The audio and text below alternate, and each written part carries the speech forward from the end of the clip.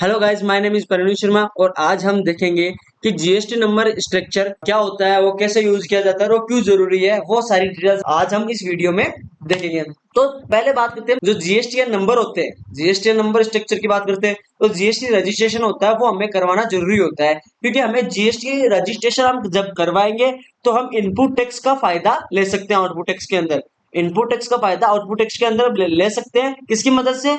GST registration की मदद से। अगर हमारा जीएसटी रजिस्ट्रेशन होगा बिजनेस के अंदर तो हम इनपुट टैक्स जो हमारा हम जो माल खरीद के लेके आते हैं जिस पर जो टैक्स लगता है वो हम जो आउटपुट यानी वो माल हम बेचते हैं तो आउटपुट टैक्स के अंदर वो टैक्स पा पाते हैं। वो किसकी मदद से? वो हम उसकी मदद से पाते हैं जीएसटी रजिस्ट्रेशन की मदद से। अब जैसे हम जीएसटी नंबर फॉर्मेट की बात करते हैं, जीएसटी नंबर फॉर्मेट की बात करते हैं तो स्टेट कोड, जो भी आपका स्टेट कोड रहेगा, जैसे गुजरात का हो गया 24, महाराष्ट्र का हो गया 27, कर्नाटका का हो गया 29 और राजस्थान का हो गया 08। तो अब जो भी आपका स्टेट है, जो सबसे पहले जीएसटी नंबर में आपका जो भी स्टेट है उसका कोड रहेगा, ठीक है। बाद में जो जीएसटी नंबर स्टार्ट होता है वो आपके 10 अंकों का होता है, जो उसमें आपके जो भी पैन कार्ड है, क्योंकि जीएसटी नंबर सारे अपने पैन कार्ड पे डिपेंड रहता है। जो भी जीएसटी नंबर पे जो भी आपके पैन कार्ड में जो भी नंबर दिए गए हैं वो वहां पे रहते हैं।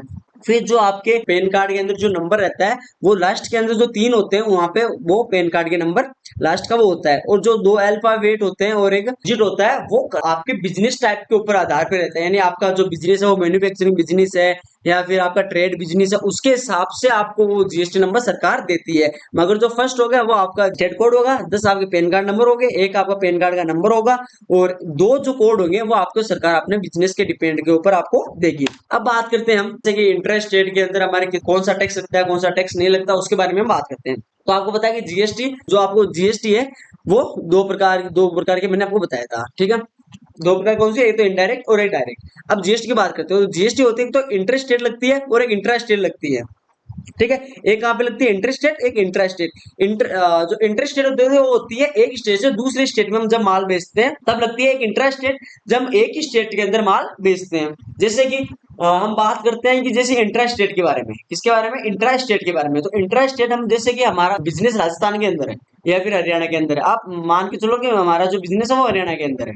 वहां पे हरियाणा के अंदर हम क्या कर रहे हैं? माल का आदान प्रदान कर रहे हैं, माल हरियाणा के अंदर ही बेच रहे हैं और हरियाणा के अंदर ही माल को हम खरीद रहे हैं। तो उसपे हमारे 2 प्रकार का टैक्स लगेगा। कौन कौन सा? स्टेट टैक्स और सेंट्रल टैक्स, ठीक है। क्योंकि आपको पता है कि जो टैक्स से पैसा आएगा वो दोनों सरकार के लिए जरूरी है, क्योंकि उनसे ही दोनों सरकार अपना काम चलाएगी। तो उसमें 2 प्रकार के टैक्स लगते हैं, सेंट्रल जीएसटी और स्टेट टैक्स। एक स्टेट के अंदर माल बेचते हो, ठीक है।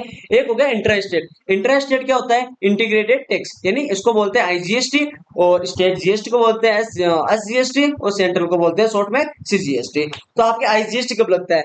आईजीएसटी तब लगता है कि आप एक स्टेट को छोड़ के दूसरे स्टेट में आप माल बेचते हो, ठीक है।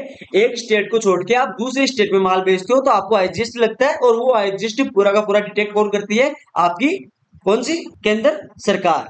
वो आपकी सेंट्रल गवर्नमेंट ही उसको लेगी सारे का सारा टैक्स। फिर वो अपनी पॉलिसी के आधार पर जहाँ पे आपने माल बेचा है ना, वहां पे उसको टैक्स आपको जो भी उसका बनता है राज्य सरकार का, मतलब स्टेट गवर्नमेंट का, उसको वो दे देगी अपने हिसाब से, ठीक है। आगे हम बात करते हैं कि जीएसटी जो मान लो कि कितने परसेंट कहाँ कैसे कैसे लगती है। तो देखो, आप अगर एक ही स्टेट में माल बेचोगे, है ना, एक ही स्टेट में आप माल बेचोगे और मान लो कि आपको चार्ज टैक्स लग रहा है वो 18% टैक्स लग रहा है, इंटरेस्ट की बात करो मैं, तो वहां पे आप अगर एक स्टेट के अंदर माल बेचते हो, एक ही स्टेट के अंदर माल बेचते हो, तो आपको सीजीएसटी 9% और एसजीएसटी 9%। सीजीएसटी कौन सा हो गया? Central government tax. और एसजीएसटी कौन सा हो गया? State government tax. तो आपको अगर गुजरात में 18% आपको टैक्स लग रहा है तो 9% तो जाएगा केंद्र सरकार के पास और 9% जाएगा वो राज्य सरकार के पास। इस प्रकार से टैक्स है ना, तो केंद्र सरकार भी डिटेक्ट करती है और राज्य सरकार भी डिटेक्ट करती है। और ये होता है हमारा जो जीएसटी का बिल होता है कि यहाँ पे आप देखते हो इनवॉइस नंबर आ जाता है, यहाँ पे इनवॉइस डेट आ जाती है, यहाँ पे रिसीव चार्ज आ जाता है, स्टेट कौन सा है, स्टेट कोड आ जाता है, वहाँ पे टू आ जाता है, मतलब टू यानी किसको माल बेच रहे हैं, नेम आ जाता है, उसका एड्रेस आ जाता है, जीएसटी